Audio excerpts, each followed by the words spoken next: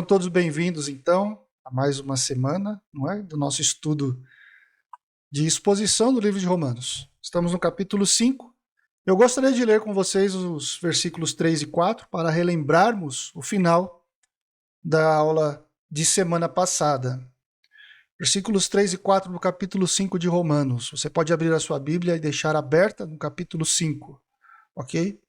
Versículo 3 diz o seguinte: "E não somente isto, mas também nos gloriamos nas tribulações, sabendo que a tribulação produz a paciência, e a paciência a experiência, e a experiência a esperança." Há várias razões, pessoal, que nos animam, como podemos dizer assim, existem várias razões que nós podemos encontrar que nos levam a ter a alegria em meio à tribulação. Lembre-se, eu terminei a aula passada falando da tribulação. Espero que vocês tenham, quem não assistiu, possa ter visto lá no YouTube, no canal, a aula. E uma das razões, ou a primeira razão, eu vou falar somente de duas aqui, não vou me prolongar muito, somente as razões que estão aqui explícitas em Romanos capítulo 5. E a primeira razão é que a tribulação produz perseverança. Isso é claro aqui no texto. A perseverança é uma virtude que é indispensável para todo aquele que vive em um mundo rodeado de pecados e dores. A pessoa que não tem perseverança em um mundo no qual nós estamos inseridos, ela corre o risco de ter grandes problemas emocionais, espirituais e tudo mais. A perseverança é aquele vigor espiritual, podemos dizer assim, que capacita o cristão para permanecer firme em qualquer situação ou em qualquer circunstância. E esta perseverança, ela produz, como diz o texto, a experiência. A prova do caráter é a fé, e a fé que tem sido provada e, lógico, vencida de forma íntegra. É aquele estado mental que resulta da vitória sobre o pecado, da vitória sobre o mal. E a experiência, essa experiência que produz a esperança.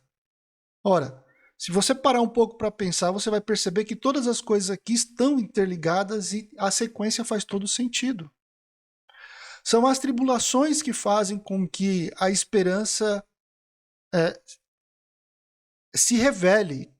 São as tribulações que fazem com que a esperança fique claro e fique latente no coração de todos aqueles que creem em fé. Porque quando aqueles que creem em fé no Senhor Jesus sofrem, este que sofre é fortalecido, ele aprecia melhor, podemos dizer assim, aquilo que está reservado para ele no futuro, aquilo que está por vir. Quando uma pessoa que tem fé no Senhor Jesus e sabe do que o Senhor Jesus prometeu a ela e sabe da esperança que está reservada, quando passa por uma tribulação, a pessoa fala: beleza, eu estou passando por isso aqui, mas o que o Senhor tem preparado para mim é muito maior do que isso daqui. E isso é uma esperança. Quando nós olhamos para o capítulo 5 até o versículo 21, e nós já lemos esse trecho na aula passada, o melhor que nós podemos ver aqui é que quem tem essa esperança, o cristão que tem essa esperança, ele não será envergonhado. Ele não será frustrado. A esperança do crente naquilo que está prometido para ele não é algo que vai fazer com que ele se envergonhe no futuro e muito menos ele seja frustrado com uma promessa vã. A promessa do Senhor nas Escrituras não é uma promessa política. Por isso ela não frustra, ela não irá frustrar. O cumprimento das promessas do Senhor é absoluto e certo. Talvez alguém possa perguntar assim: peraí, como que você sabe que o cumprimento das promessas que Deus fez é certo? O que te dá essa garantia? Bom, se eu não posso crer na promessa que Deus fez, eu não posso nem crer em Deus, porque Deus não é mentiroso, porque se ele for mentiroso, ele não é Deus.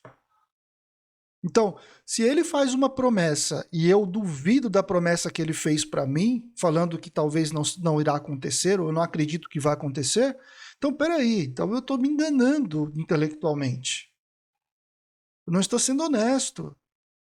Porque a palavra de Deus, ela é exata, ela não volta atrás. E qualquer pessoa que tem dúvida, basta estudar as Escrituras e ver quantas e quantas profecias foram feitas e cumpridas, e quantas ainda estão para se cumprir. Então, se todas as profecias que Deus colocou nas Escrituras se cumpriram, por que alguma que ele fez não vai se cumprir? É até ilógico, mas tudo bem. Isso é só um detalhe. Simplesmente o fato dele ser Deus já faz com que as profecias e as promessas se cumprem, ou se cumpram. Talvez alguém pergunte assim, poxa, é certo o cumprimento? É lógico, já falei aqui, é Deus quem fez. Mas existem algumas outras razões, e os versículos 5 a 21 colocam aqui pelo menos duas razões, fora as outras que existem nas Escrituras. Primeiro, a razão que nós encontramos aqui é que a promessa de Deus para o povo dele é alicerçada em seu amor, manifestado em Jesus, em Cristo. E a segunda certeza que nós podemos encontrar aqui, do capítulo 12 ao 21, nós encontramos, é que na certeza absoluta de que Cristo tem a nossa vida. E aí é muito interessante, pessoal, porque olha o que eu disse aqui. Cristo tem a nossa vida. Ele obteve a nossa vida. E preste atenção nisso, porque agora, a partir desse momento, Paulo vai começar a entrar nos assuntos aqui relacionados à vida em Cristo e como estamos em Cristo, relacionado a como chegamos a Cristo. Ele está falando aqui de coisas práticas da vida cristã, de coisas práticas daquele que crê ou daquele que deposita sua fé em Jesus Cristo, daquele que foi justificado mediante a fé em Jesus Cristo, mas daqui a pouco ele vai começar a falar como que isso aconteceu, como que alguém chegou a crer em Jesus Cristo, como que alguém chegou a depositar fé no Senhor. Ele explica, porque vão surgir alguns questionamentos e ele mesmo vai responder esses questionamentos. Não existe segurança maior nessa esperança de vida eterna do que o próprio amor do Senhor Jesus Cristo na pessoa, o amor de Deus na pessoa do Senhor Jesus Cristo. Esta é a grande diferença entre aqueles que pretendem ganhar a fé por mérito próprio daqueles que têm a fé mediante a graça. Aqueles que tentam ser salvos, coisa que é impossível, nós já vimos aqui, por mérito próprio, eles sabem que no fundo eles não conseguem. Eles compreendem que não conseguem ser perdoados, a não ser que sejam mediante a fé naquele que justifica o ímpio, o Senhor Jesus. Aqueles que professam fé no Senhor Jesus e são justificados, eles estão seguros. Eles estão guardados. Eles sabem que um dia eles vão entrar na glória do Senhor. Eles sabem, aqueles que depositam a sua fé no Senhor Jesus e sabem que são justificados mediante a graça, eles sabem que eles não depende deles para serem salvos. Não existe nada que eles possam fazer para ser salvos. Então eles têm paz com Deus. Eles não vivem na neura. Eles sabem que este amor do Senhor Jesus Cristo os tem justificado até o dia de Jesus. Alguém abra 1 Pedro, aliás, 1 Timóteo, 2 Timóteo, capítulo 1, versículo 12. 2 Timóteo, capítulo 1, versículo 12. Vamos abrir aí? Por esta razão, sempre estarei, portanto, porto para trazer-vos, lembrando acerca destas coisas, embora estejais certos, na verdade, já confirmamos. Exatamente. Percebeu? No final do versículo que eu leu, são firmados. Em outra versão das duas NVI fala assim: estou certo de que é para dar o meu depósito até a cria. O que nós encontramos nas Escrituras é que aquilo que o Senhor nos deu, que é a salvação, justificação, foi mediante o Senhor Jesus fala que ainda nem Paulo, Cristo, que é Jesus Cristo. Então, o que está dizendo aqui é que Ele, o Senhor, nos guarda. E aqui vai acontecer no futuro. Está por vir, os pormenores da questão aqui, ok? Porque é uma questão mais escatológica, mas nós vamos falar aqui mais para frente e vocês vão entender um pouquinho mais sobre esta garantia aqui. O que eu quero dizer aqui é que a sua salvação e sua esperança se fundamenta e seguro na rocha e é imutável, porque o amor de Deus agiu e atuou de forma definitiva na sua justificação. Talvez, certa vez, uma pessoa pergunte: como eu sei que sou salvo? Como eu sei que eu sou justo? Ora, as cartas de João, ali, 1 João, 2 João, 3 João, coloca ali uma série de características de pessoas que são justificadas, daqueles que são justificados. Características de vida, mudança interior, mudança de ser, mudança de pensamento, fé, uma série de coisas tem. E as cartas de 1º, 2º e 3º, ali, as epístolas de João, os livros de João falam sobre isso, as características. Mas sabe, o conhecimento e a segurança do amor divino é dado a nós por meio do Espírito Santo. Porque é o Espírito Santo que realiza toda e qualquer transformação no interior de alguém que foi justificado. A obra de Deus sempre foi através da Trindade. Deus Pai derrama graça. Quem morreu na cruz foi Jesus Cristo. Mediante o poder do Espírito, ele fez todas as coisas. O Senhor Jesus, tudo que ele fez na terra, ele mesmo disse: eu fiz no poder do Espírito Santo. Que é este Espírito Santo que ele mesmo disse depois que iria ao Pai e nos enviaria o outro Consolador, que é o Espírito Santo. Então, o amor de Deus é derramado em nossos corações pelo Espírito Santo, que foi dado a nós. Romanos capítulo 5, versículo 5. Alguém lê o versículo 5 aí. Outra pessoa já abra Efésios capítulo 1, versículo 14. Já deixa engatilhado aí. Depois que alguém lê o versículo 5 de Romanos capítulo 5, já leia Efésios capítulo 1, versículo 14. Vamos lá. Então, vou ler aqui Romanos 5. Tá bom. E a esperança não nos decepciona, porque Deus derramou seu amor em nossos corações, por meio do Espírito Santo que ele nos concedeu. Pronto, é o que eu acabei de falar agora. A obra de salvação, a sua justificação, tem a ação completa de Deus Pai, Filho e Espírito Santo. Ok? Mas continua lá no Efésios. E é a garantia da nossa herança até a redenção daqueles que pertencem a Deus, para o louvor da sua glória. Muito bem. Vocês entenderam que Efésios capítulo 1, versículo 14 disse aqui? Esta passagem de Efésios nos mostra que esse presente, a nossa salvação, essa questão do Espírito Santo em nós é algo que faz com que nos dá uma garantia para o futuro. Quer dizer, é uma espécie de aliança, de compromisso que Cristo dá como noivo à sua noiva. O Espírito Santo é como se fosse essa aliança.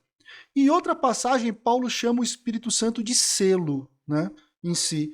E o selo é muito interessante porque a visão de selo, no contexto de Paulo aqui, é aquele gel, aquela gosma, aquela pasta, né, que é colocada na carta, e alguém vem com um anel e sela. E aquilo é inviolável. Quem pode receber aquilo e abrir aquilo é somente o responsável, o destinatário, né? E Paulo também usa essa imagem de o Espírito Santo como selo do Senhor, né, na vida do crente.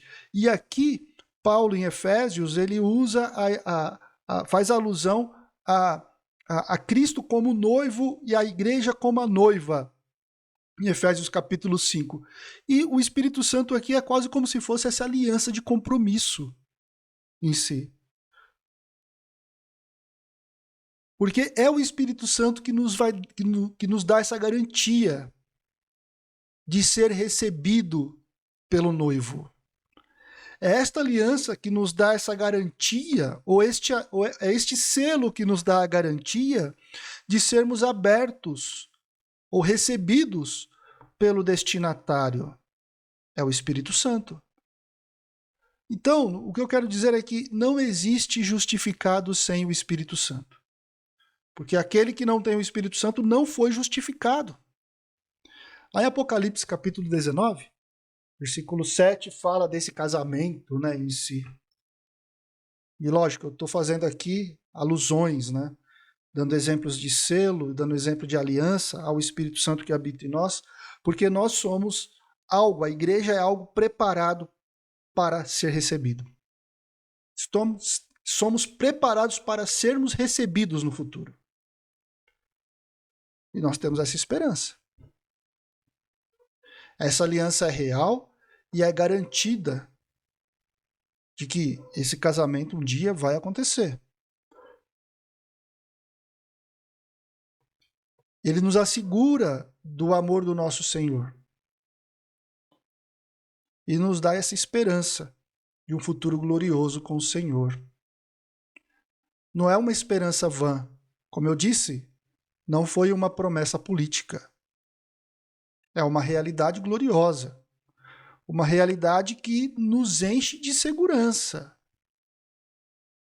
Que antes, quando éramos mortos em nossos delitos e pecados, nós não conhecíamos. Mas agora que nós conhecemos essa realidade, esse novo destino para nós, nós já sabemos para onde estamos indo. Aquele que é justificado sabe para onde está indo. Isso faz com que você tenha uma outra realidade de vida. Muitos interpretam o versículo 5 como se ele falasse do amor de Deus ou do amor que Deus nos dá para que possamos amar as outras pessoas. Cara, tudo bem, mas eu acho aqui que o versículo 5 está falando não do amor ao próximo, mas do amor de Deus para conosco. Então, este amor é muito mais amplo do que o meu amor ao próximo. E o meu amor ao próximo nunca vai ser igual ao amor de Deus por nós. O amor de Deus por nós deve refletir e deve ser refletido ao próximo através do amor. Mas o meu amor ao próximo nunca vai ser igual ao amor de Deus por nós. Alguém sabe por quê ou não? Sabe, o amor de Deus por nós é talvez assim, como nós conhecemos o amor divino? Talvez seja uma pergunta. Depois eu respondo para vocês a pergunta que eu fiz aqui. Como temos consciência de que Deus nos ama? Bom, lógico que tudo isso é por uma experiência. Isso é ponto passivo, não tem jeito. A fé é uma experiência. A justificação é uma experiência. O Espírito Santo, ele aplica a obra da cruz, aplica aquela propiciação feita por Jesus na cruz ao nosso coração. É o Espírito Santo que aplica. Guarde essa informação também.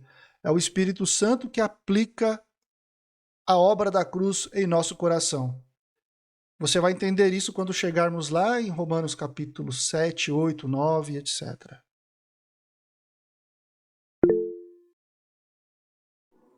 Deixa eu ver aqui se alguém levantou a mão. Pode falar, André. Sobre sua pergunta, né, como é que nós conhecemos, enfim, eu entendo que tudo que diz respeito ao caráter de Deus, né, a gente toma consciência mediante a fé e como uma dádiva, né? Assim, o ser humano natural, ele não tem consciência disso. E ele também, por força própria, ele não é capaz de realizar essas coisas. E entendo também que, assim como a Bíblia diz, né, toda boa dádiva, todo dom perfeito vem do Pai das luzes, né? João também fala que algumas. Então eu entendo que toda essa é a dádiva de Deus em relação. Você acha que algum ser humano vai morrer em lugar de alguém por alguma coisa, mesmo que a pessoa não tenha culpa de nada? É muito difícil. Eu não acredito nisso. Eu não acredito. As nossas decisões sempre são tomadas baseadas em critérios que nós mesmos tomamos e criamos, né? E o Senhor Deus, ele simplesmente nos amou por graça, por pura graça. E o Espírito Santo tem toda essa... atua em tudo isso, conforme você mesmo disse, né? Ele tomou a ação. Deus Pai tomou a iniciativa para que os mortos em seus delitos e pecados pudessem ter uma chance. Ele tomou a iniciativa. Nós vamos ver isso nos capítulos 7, 8 e 9, principalmente capítulo 9, ali, se eu não estiver enganado, de uma forma mais direta, né? Tudo que somos, tudo que temos, tudo que podemos chegar a ser, tudo que possamos chegar a ter como cristãos, nós devemos a Deus. Tudo. Ele nos salvou, ele preparou seu Filho unigênito para que tomasse o nosso lugar, expiando os nossos pecados na cruz, que nos livrasse da condenação eterna, nos entregando vida. Então, quando nós meditamos aqui no versículo 5, encontramos o significado desse versículo 5, nós descobrimos que ele precisamente... ele é um versículo que parece que todas as coisas se convergem a ele. E aqui, pessoal, eu não estou dizendo somente o livro de Romanos que se converge ao versículo 5. Aqui, esse versículo é central em tudo. Olha só, no versículo 5 nós encontramos a causa da nossa justificação, que é o amor incomensurável de Deus. Aqui nós encontramos também a base deste amor, que é o sacrifício de Jesus Cristo, que pagou a nossa culpa na cruz de uma vez por todas diante e absolveu os nossos pecados, né? Levando a Deus a absolver os nossos pecados. Aqui nós encontramos o Espírito Santo, que é aquele que revela as grandezas e as profundezas de Deus ao nosso coração, como diz lá em 1 Coríntios capítulo 2, sobre todo o seu amor e tudo mais. E aqui também nós encontramos a fé que constitui a condição da nossa justificação. Então, o versículo 5 nós encontramos todos esses elementos. Os elementos completos da ação divina sobre o pecador. Os versículos 6 a 11 nos explica esta verdade do amor de Deus aqui. Agora ele vai dirigir a nossa atenção primeiro à forma em que agiu este amor, nos versículos 6 e 8, e aí logo depois, nos versículos 9 e 10, ele vem falando sobre os resultados desse amor. E no final ali, no versículo 11, ele dá um resumo do dom deste amor. O amor de Deus não é um sentimento indefinido de um coração divino, por exemplo. Não é. É um amor que, sem medir custo, como eu disse anteriormente, nos justificou. E nos justifica. A palavra diz o seguinte, você acompanha na sua Bíblia, dos versículos 6 a 8, porque Cristo, quando nós éramos ainda fracos, morreu em seu tempo pelos ímpios. Nós éramos fracos, loucos, não tínhamos poder de nada para nos libertar do nosso pecado, do poder do nosso pecado e muito menos da ira vindoura. Mas Cristo, quando nós éramos desta forma, morreu em seu tempo por nós. Quanto mais a gente tentava parecer justo diante de Deus, quanto mais nos esforçávamos, e eu estou falando aqui como ser humano mesmo, quanto mais nos esforçávamos para para ganhar algumas coisas diante de Deus, mais decepcionado o ser humano ficava, porque a condição não era favorável. E isto era pior ainda, porque quanto mais a pessoa se esforçava para tentar ganhar a salvação em Deus, mais ela demonstrava a sua rejeição a Deus, porque estava rejeitando a graça, a possibilidade da salvação pela graça. Ainda hoje é assim, tá, gente? Quanto mais a pessoa se esforça para ganhar o favor de Deus, mais ela está lutando contra Deus, ou mais ela está indo contra Deus, porque ela não está percebendo que o favor de Deus é ganho pela graça e não por esforço humano. E isso é uma condenação, basicamente. Quando a situação era mais desesperadora para a raça humana, quanto menos poderíamos fazer, Cristo morreu por nós. Alguém abra Gálatas capítulo 4, versículo 4 e 5, por favor. Mas quando chegou a plenitude do tempo, Deus enviou seu Filho, nascido de mulher, nascido debaixo da lei, a fim de redimir os que estavam sob a lei, para que recebêssemos a adoção de filhos. É isso. Percebeu? O que eu estou dizendo aqui é isso. É exatamente isso. O Deus revela ainda sublime de forma surpreendentemente grande quando é comparado com a mesquinhez do amor humano. Como eu disse para vocês, né? Segundo o amor humano, o nosso amor, dificilmente alguém morreria por um justo, quem dirá por um injusto, como eu disse agora há pouco. Né? Agora, alguém leia Romanos capítulo 5, versículo 7. Dificilmente haverá alguém que morra por um justo, embora pelo homem bom, talvez alguém tenha coragem de morrer. Pois é. Alguém talvez tenha coragem, né? Por quê? Porque nós vamos colocar critérios. Ninguém faz nada sem critério. Mas o Senhor Deus não fez assim. Já falei sobre isso aqui há alguns minutinhos atrás. O amor humano é falho. Ele é meticuloso. Ele calcula. Ele vai avaliar quem é digno e quem não é digno de receber este amor. Que foi o contrário, né? O amor de Deus, aquele amor que conhecemos, que pelo Espírito Santo foi dado, como diz lá o texto que nós lemos anteriormente, é um amor que ultrapassa tudo que conhecemos nesse mundo. Então não tem como comparar esse tipo de coisa. E o texto diz, mas Deus prova, ou seja, ele põe em destaque, em relevo, o seu próprio amor para conosco pelo fato de ter Cristo morrido por nós, sendo nós ainda pecadores. Versículo 8. Somos ofensores da sua justiça, inimigos do seu amor, e Cristo morreu por nós, mesmo estando cada um nesta mesma condição. Então, tem como amarmos como Deus nos amou? O nosso amor para com o próximo é um relampejo do amor de Deus dado por nós. É uma sombra do amor de Deus dado por nós. Não tem como mensurarmos este amor e muito menos expressarmos este amor da forma plena como ele realmente é. É impossível, mas podemos nos esforçar para fazer o máximo.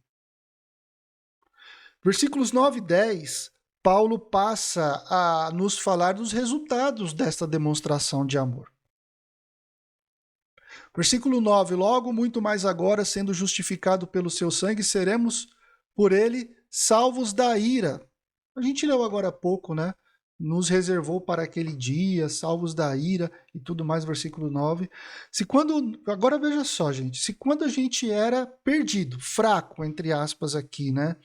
Ímpio, pecador, inimigo de Deus, Deus nos amou a um ponto de entregar o seu próprio filho para morrer por nós na cruz, quando estávamos naquela situação. Imagina agora que você foi justificado pelo Senhor Jesus Cristo. Imagine agora que você está na situação de filho e não mais de inimigo. Ou seja, como não ter essa segurança futura? O próprio texto diz: seremos por ele salvos da ira. Esta ira está falando da ira de Deus.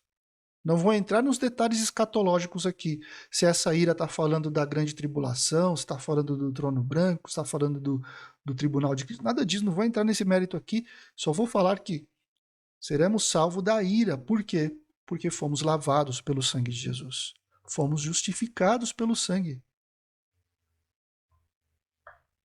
Não existe condenação futura para os justificados. Com base em tudo que Deus e o que Deus, em seu amor, tem feito por nós, no passado, temos absoluta segurança de que Ele completará a sua obra no futuro. Alguém abra Romanos capítulo 8, versículo 32, por favor. Aquele que não poupou o seu próprio filho, mas entregou por todos nós, como não nos dará com ele e de graça todas as coisas? Exatamente. Exatamente, né? Paulo falando, olha, aquele que entregou o próprio filho por nós, e se nós ligarmos com esse texto aqui, quando nós ainda éramos inimigos, né? Você acha que ele não vai dar tudo aquilo que ele prometeu para nós? Perceberam que o próprio texto de Romanos responde à dúvida, será que podemos confiar? O próprio texto diz que essa esperança é confiável, que essa esperança não pode ser duvidosa em si. No versículo 10 nós temos a explicação do versículo 9 de Romanos capítulo 5. Porque se nós, quando inimigos, fomos reconciliados com Deus mediante a morte em Cristo, muito mais agora, estando já reconciliados, seremos salvos pela sua vinda, ou pela sua vida. Versículo 10. Isto é, se entramos como inimigos, afastados, não tem por que duvidar agora que não somos inimigos. Mas para reforçar isso, Deus nos deu o máximo do dom do seu amor. Ele nos deu seu Filho para nos fazer seus filhos. Quanto mais agora, nas condições mais favoráveis, podemos esperar que nos dê tudo aquilo que ele prometeu. Nada mais, nada menos, mas aquilo que ele prometeu será dado. Não existe por que nos se surpreender, podemos dizer assim, pelo fato de que o apóstolo, ao dar esse resumo do que aconteceu aqui, ele não fale o que está escrito no versículo 11.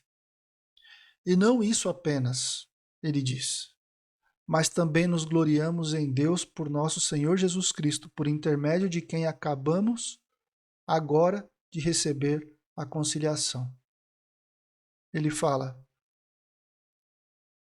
cara, devemos nos gloriar em Deus.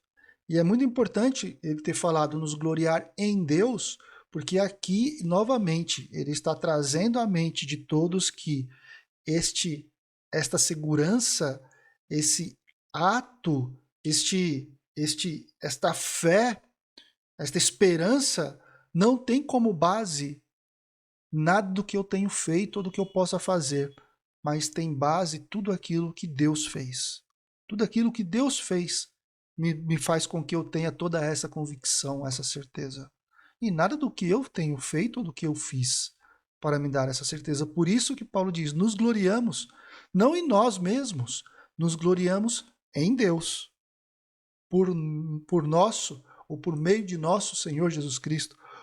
Por isso nós gloriamos em Deus. Nossa glória, nosso legítimo orgulho, nossa alegria não descansa nas nossas forças, nem na nossa justiça, mas descansa em Deus. Somente em Deus, em nosso Senhor Jesus Cristo. É Ele que tem feito, é Ele que tem manifestado a salvação mediante o amor divino.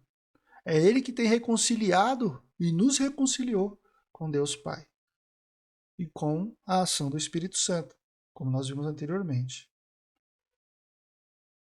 Eu disse aqui para vocês que nós não podemos ter dúvida desta esperança. Eu acabei de falar algumas coisas aqui do que por que não podemos ter dúvida dessa esperança. E agora eu vou falar o outro motivo do que porque nós não podemos ter dúvida dessa esperança. Está no versículos 12 ao versículo 21. E esse segundo motivo é porque a nossa vida está em Cristo. Ou seja, Cristo tem a nossa vida. Peraí, está falando que a minha vida não é minha? É isso que eu estou dizendo. Eu estou dizendo que aquele que foi justificado por Deus, agora tem a sua vida nas mãos do Senhor.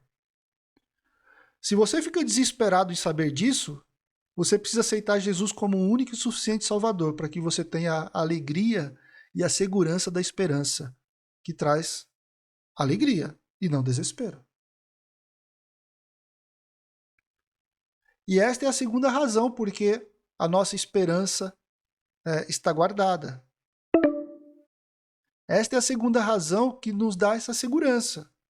E aqui o apóstolo Paulo ele recapitula tudo o que tem dito nos capítulos anteriores e estabelece aqui um contraste entre a nossa condição passada, que se caracteriza pelo reino da lei, do pecado e a morte e tudo mais, e a nossa condição presente, que se caracteriza pelo reino da graça, justiça e vida eterna. Então ele faz esse contraste agora, para mostrar para os seus leitores o que era e o que agora é.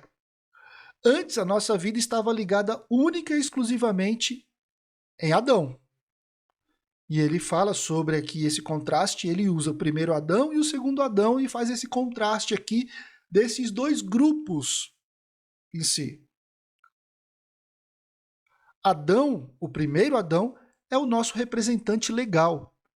Pecamos e morremos. Agora, a nossa vida está ligada a este segundo Adão, porque agora esse segundo Adão faz uma diferença tremenda. Esse segundo Adão aqui, ele veio restaurar aquilo que o primeiro Adão destruiu. Agora, o meu representante legal é aquele que me justificou, que é o segundo Adão, não é mais o primeiro. Ou seja, Cristo mudou o nosso destino. E aqui, nesse trecho, nós temos aqui a divisão em 3 partes. Esse trecho aqui do versículo 12 ao versículo 21. Primeira parte é a condição do homem representado por Adão. Você já conhece, nós vamos só relembrar aqui. A segunda parte que nós temos aqui é a vida segura que Cristo nos dá como nosso representante, versículos 15 a 19. Né? E a terceira parte é o papel da lei na transformação ocorrida nesse processo, versículos 20 e 21. A condição do homem representado pelo primeiro Adão, dos versículos 12 a 14, nós encontramos aqui com o fim de nos mostrar a absoluta insegurança que nós vivíamos, logicamente, com o cumprimento da inutilidade que nós tínhamos quando estávamos mortos em nossos delitos e pecados por causa de Adão. Então, com o fim de nos demonstrar a absoluta segurança do cumprimento da nossa esperança, Paulo aqui ele nos conduz agora ao ápice do amor, podemos dizer assim, de Deus, ao colocar aqui esse amor dentro das profundezas da escuridão que estava o homem, da queda do homem, podemos dizer assim, né? A condição do homem representado pelo primeiro Adão é mais trágico do que nós podemos imaginar.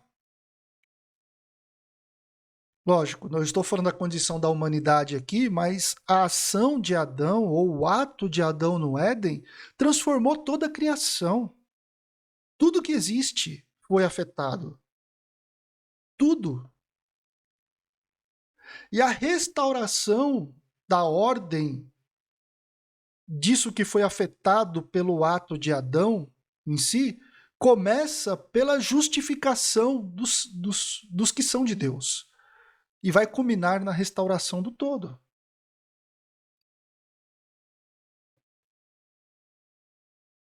Nós somos vítimas de uma natureza decaída por causa desse pecado de Adão. O ser humano ele arrasta desde Adão uma miséria moral incrível.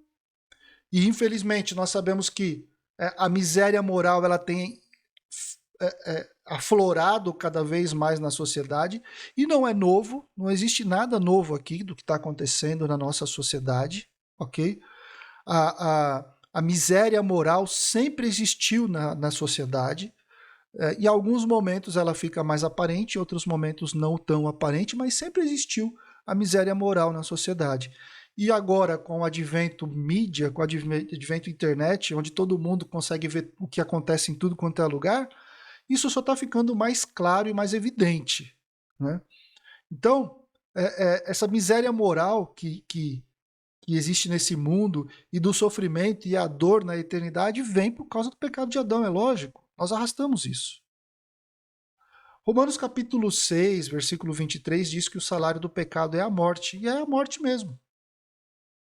Agora, também diz que como por um só homem entrou o pecado no mundo e pelo pecado a morte, assim também a morte passou a todos os homens, porque todos pecaram. Versículo 12 aí. A morte passou a todos os homens porque todos pecaram. A morte aqui significa não somente a morte física, mas tem alguns significados, tá? Lógico, qual é a minha definição, e a definição que eu acho mais coerente, porque ela não é minha, né, em si, mas é que eu acho mais coerente. A definição de morte no Éden é separação total de Deus. Isso é morte. E essa morte, essa separação total de Deus, trouxe consequências desastrosas à humanidade. Todos os males que têm vindo à humanidade é consequência dessa morte. É como se fosse, entre aspas aqui, o castigo daquele pecado. Coloco entre aspas aqui porque é consequência da separação do homem de Deus. Essa condição é o resultado direto do pecado de Adão. Quando Adão pecou, ele estava atuando como cabeça e representante da humanidade inteira. Não era só responsabilidade dele. Porque ele sim, ele, Adão, tinha aquilo que muitos chamam de livre-arbítrio para escolher o destino da eternidade. Ele tinha. Adão tinha nas suas mãos o poder de escolher se ele queria ser eterno com Deus ou morrer longe de Deus. Ele tinha. Ele é o único em toda a criação. Quando eu digo ele, é ele e a mulher, né? Adão e Eva, né? Eles tinham esse poder nas mãos. Aquilo que nós chamamos de livre-arbítrio para escolher acerca do destino eterno. Todos os outros vão escolher como, se já estão mortos em seus delitos e pecados. Como vamos escolher a eternidade? Se já somos condenados, já somos mortos, como diz o texto. Todos estão mortos em consequência disso. Sua relação com esses descendentes era semelhante à relação que une, digamos aqui, um rei ou um presidente de um país. Sabe o que eu quero dizer?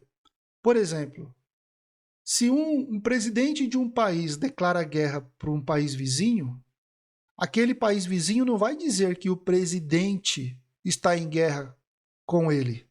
Vai dizer que o país daquele povo está em guerra com ele. Por exemplo, se o presidente do Brasil declara guerra com o Paraguai, os paraguaios não vão falar. O presidente Lula está em guerra com o Paraguai. Não, os paraguaios vão falar. O Brasil está em guerra com o Paraguai.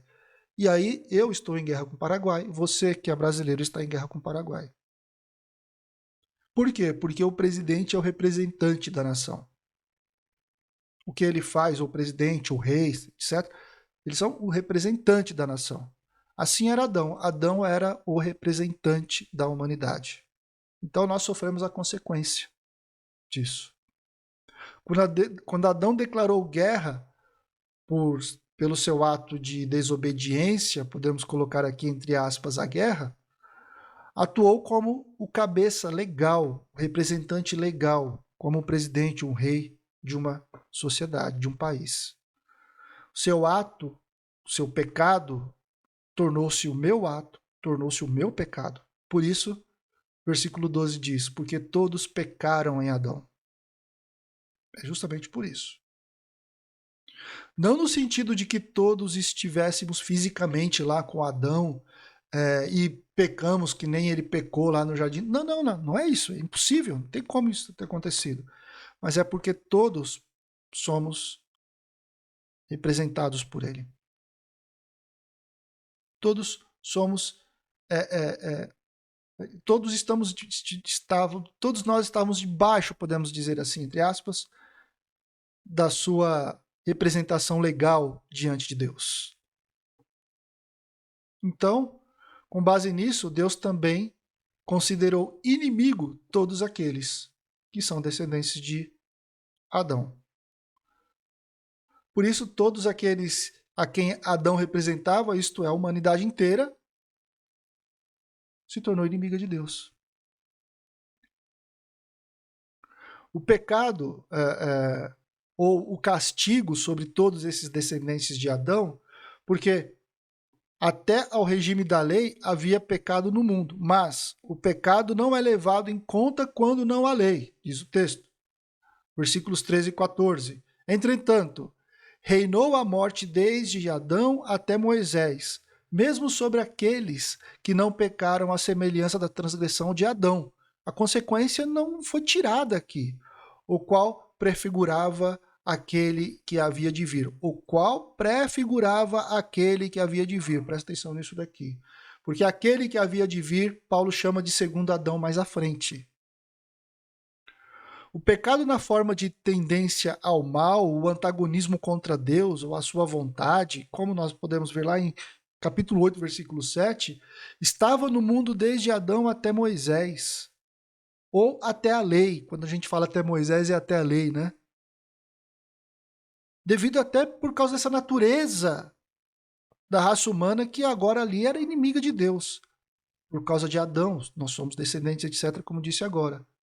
Então ali todos nasciam com a tendência do mal. Todos nasciam hostis para com Deus. E é assim até hoje. Por isso que Efésios capítulo 2 diz que todos nascem mortos em seus delitos e pecados.